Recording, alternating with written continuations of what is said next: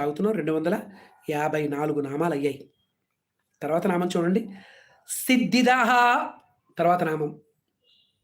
అయితే ఒకటి భగవంతుడిని మనం మనసా వాచా కర్మణ భగవంతుడి పాదాలు పట్టుకుంటే, ఆ భగవంతుడిలో ఉండేటటువంటి ఇప్పుడు పెద్దజీయర్ స్వామికి సత్య సంకల్ప అని పేరొచ్చింది.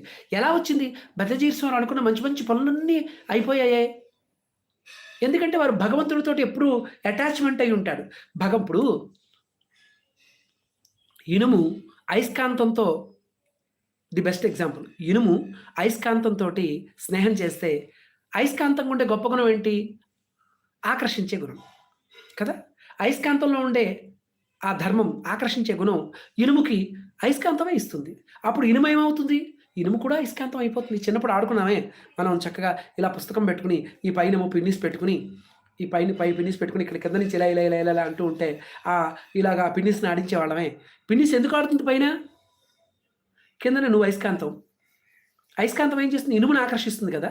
అలాగే భగవంతుడి పాదాలు పట్టుకున్నటువంటి ఆ మహనీయులకి వాళ్ళకి కూడా భగవంతుడిలో ఉండేటటువంటి ఆ సుగుణాలు అబ్బుతాయి. ఆ సత్య సంకల్పం